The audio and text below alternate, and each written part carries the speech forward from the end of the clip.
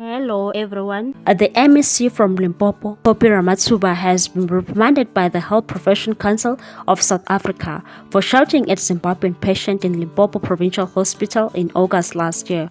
Ramathuba was cited for unprofessional conduct and unbecoming behavior.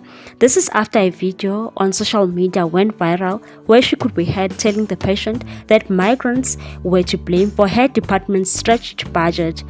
Her words sparked a dispute in the country, and some supported her and others felt she was unfair on the patient. The HPCSA's First Medical and Dental Committee resolved last month that there was evidence of unprofessional conduct on Ramathuba in terms of the regulations under the Health Professional Act. In a report dated 9 February, the council said it will impose a penalty, caution, and reprimand Ramathuba for unprofessional behavior and unbecoming conduct of a medical profession to be shouting at a patient bedside as the patient was vulnerable at the time. What's your take on this one, people? Thanks for watching. Please subscribe for more news.